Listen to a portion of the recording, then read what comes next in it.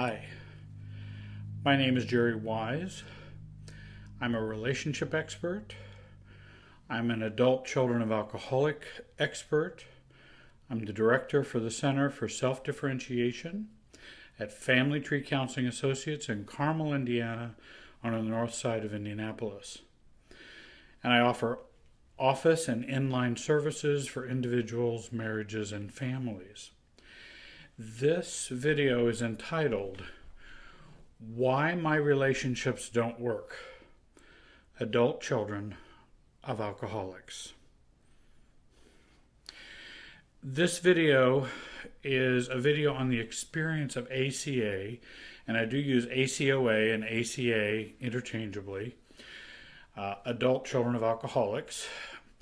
This is a video about the experiences of those who've been in relationship, and I wanted to share a few things from over the decades in working with ACAs and share with you some of the experiences they have shared with me about relationships and how difficult relationships can be for adult children of alcoholics, especially if we are not in recovery and especially if we have not done the recovery work in our own lives.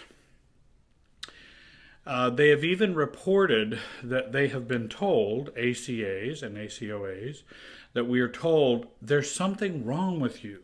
What is wrong with you? And maybe some of you have heard that from some of your spouses, boyfriends, girlfriends, partners. And what I know is this: ACOAs are doing the best that they can. They spend their whole lives trying to do the right thing, trying to think the right way, behave in the right way, feel in the right way, and that the very last thing they want is an unhealthy relationship with dramas, ups and downs, chaos. And so often they keep trying to do the right thing and to do relationships right and to find love and acceptance. These are things which often go eluded and are elusive for the ACA, and they were elusive for them when they were growing up. So we then go on a lifelong search for these aspects and for these things, often not finding them because of our brokenness and where we have come from. The problem is most ACAs do not know what they are looking for, and they've never learned how to find it, and have never practiced having it. So they don't know what they're looking for, they've never learned how to find it, and they've never practiced having it. It is hard to find what you're looking for when you've never seen it. And I think that's what makes it so difficult for ACAs in relationships. They're trying to live in such a way they have not had experience with, and then become very frustrated, have problems, broken relationships, unhappy relationships, and they wonder, why can't I be happy like those folks? I see these happy couples, or I see those people who are happy. Why can't I find that? ACA ask themselves those questions. These are some things that ACA report to me that they feel in relationships. Healthy relationships or stable relationships require consistency and stability. This is very difficult for ACAs. All we have learned growing up was inconsistency and instability. So we are calm in a crisis and are crazy or drama folks during calm. And I think that dynamic is very common for ACAs. It also is problematic for marriages and families when that dynamic happens. But that's something we should look out for. They also report having off and on relationships. They're in love and then they're leaving. Then they're in love and then they pull back. And that's what I call a pull or push relationship. They're either pushing or they're pulling. Pushing forward or pursuing, or pulling back and retreating. And that pattern goes back and forth and back and forth. ACAs often assume that unstable, toxic, abusive, and unavailable relationship is just around the corner. And so we end up being hypervigilant in our relationships. We can't relax. We can't be at peace. We can't be calm about relationships because we're always worried about what's around the corner. Because growing up, we were always worried about what's around the corner. Alcoholic families, addicted families were quite chaotic and difficult to manage emotionally. So the ACA becomes hypervigilant as an adult, and this does not allow them to relax, to chill out, to be calm. It's very difficult for ACAs to do that without recovery. ACAs experience sudden love changes, again from love one minute to anger the next, to coldness, accusing. ACAs, of course, feel unlovable and unworthy. And so they experience a very high degree of allergy to intimacy. If you have an allergy to something, the more you have it, the more reactive you become. If I am allergic to a bee sting, if I get one bee sting, I have a reaction. If I get 10 bee stings, I can probably die. It's similar for the adult child of an alcoholic in relationships. And what we are allergic to is intimacy, closeness, authenticity, a trusting, loving relationship.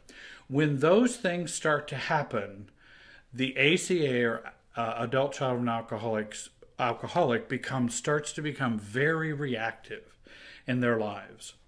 And they become very reactive and cannot sit with and experience a level of love, calmness, and caring from another person. It just hurts, if I can use that word. Good things hurt someone who's broken and not healthy. And I just want to make that point. That's very important. We're allergic to intimacy. So if somebody comes along and wants to be intimate, that does not feel comfortable to us as ACOAs. That does not feel okay. It feels like I should be mistrusting of that. It means abuse or problems are right around the corner. And that's a part of our allergy to intimacy. The ACOAs also talk about relationships in which their heads are full of family voices. There are lots of tapes playing in the heads and hearts of ACAs. And those tapes and those voices are always running. You're not good enough. What's wrong with you? What did you do wrong now? You're unlovable. You're bad. You're wrong. You'll never do it good enough. Those tapes keep playing and those voices keep playing. And I find that very often for adult children of alcoholics. They have a lot of tapes that are playing all the time. Adult children of alcoholics have lots of anger due to what I consider fear, rejection, shame, and abandonment.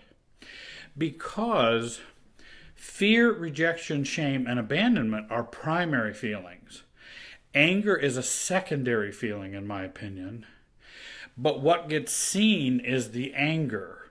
What's underneath it is fear, abandonment, rejection, unworthiness, shame, but what gets shown is often anger or withdrawal. And so reading and interpreting those things can help in the healing process. And again, we often have a secondary feeling of anger. Often anger is a secondary feeling, not primary. It's the one that's easiest to show. So when a man feels hurt, How often does a man say, "Gosh, that really hurt"? No, what the man will do is just get angry because it's okay to be angry.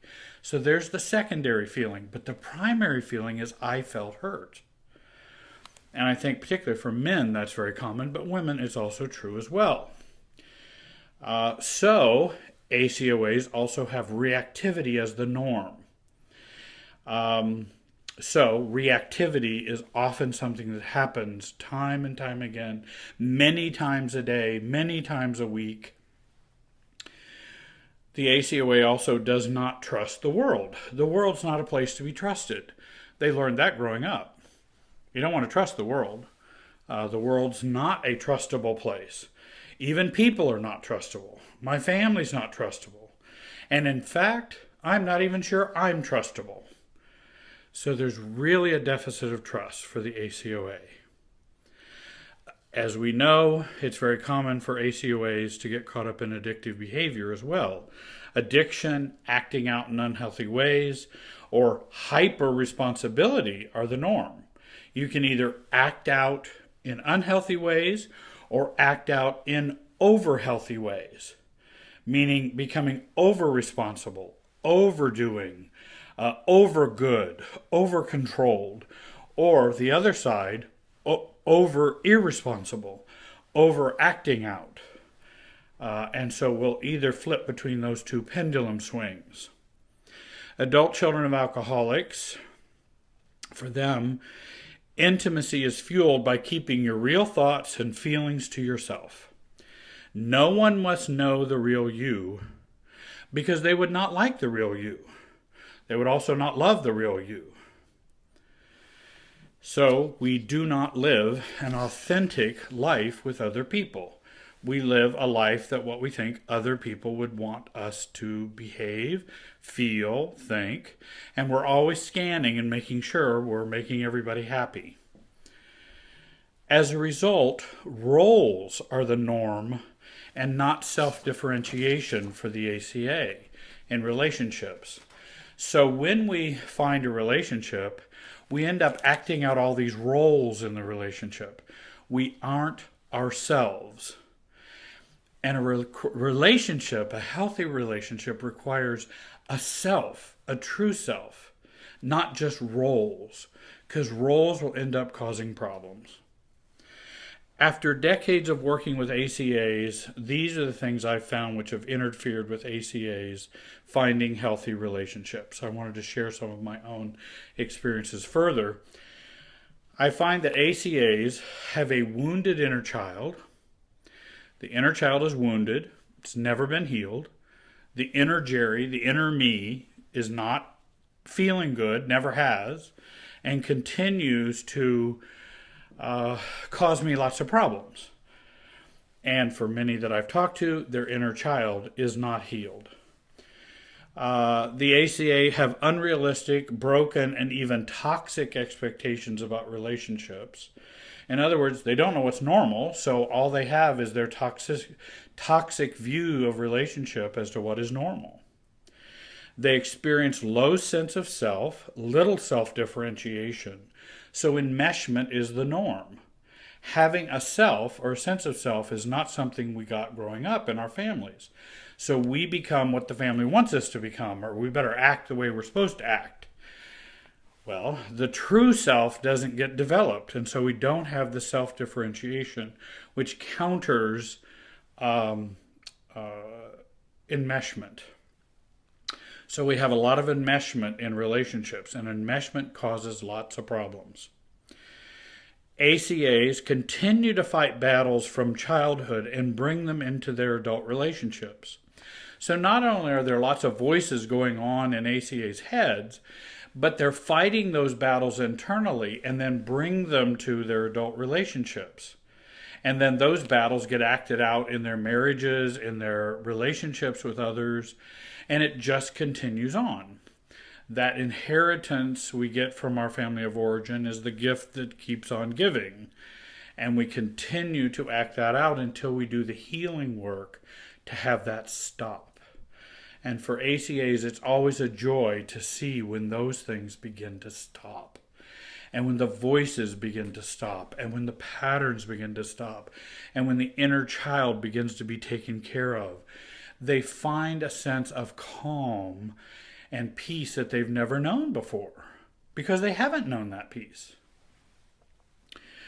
ACAs have an addiction to love caused by excessive neediness.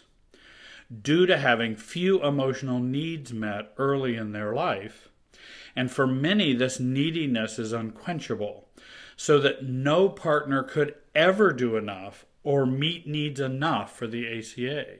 There's no partner out there that could meet the deep well of needs for an ACA and ACOA. And I usually try to educate folks about that, because that's not bad news, that's good news. Because you've got to stop looking to your partner to meet those needs, because they can never meet it enough. We must look to ourselves in our own recovery and healing to meet those needs. What I teach people time and time again is that there is no adult relationship that can heal childhood wounds. If you've been wounded by your parents, as adults, your parents can't fix those wounds. You must do the work of healing those wounds. I don't mean by that parents can't have a better relationship with their children, or parents can't even say, hey, I'm sorry for what happened. I really am sorry. But remorse is not the same thing as healing that. So I just am saying your parents, your family of origin, your husbands, your spouses cannot fix that which is broken in you. That's your work to do, and that's what the work of ACOA recovery is about. The bad news is others can't do it. The good news is you can. After many failed relationships, the ACA have been looking for healthy relationships. They often tend to, over years, to give up.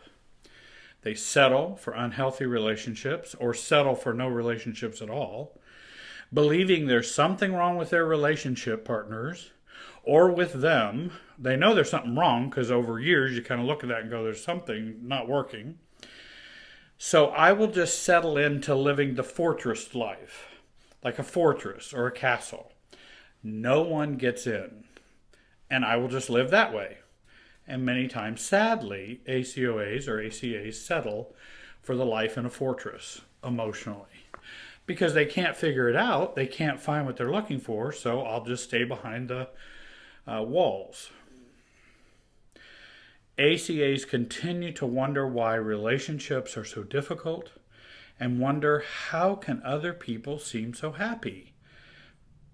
They probably really aren't that happy. They can't be. So really, they're not happy. What I'm seeing is just an illusion. But really, ACAs feel I think very much a purity of heart, which I really believe exists, in that they truly want to be happy, and they truly want to find someone to be happy with. And that is their search.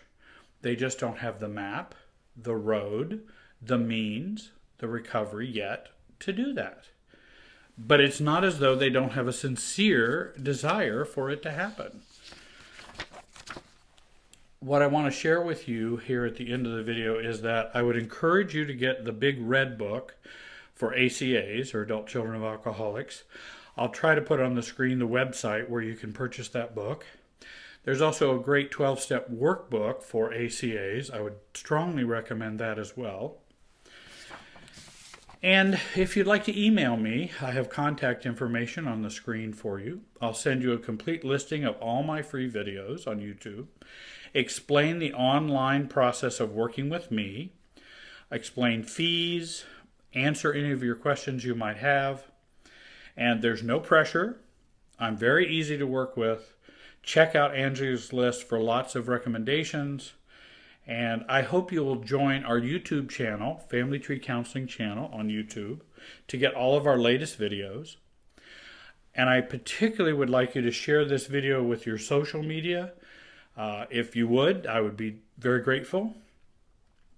I want to thank you very much for watching today, and have a great day.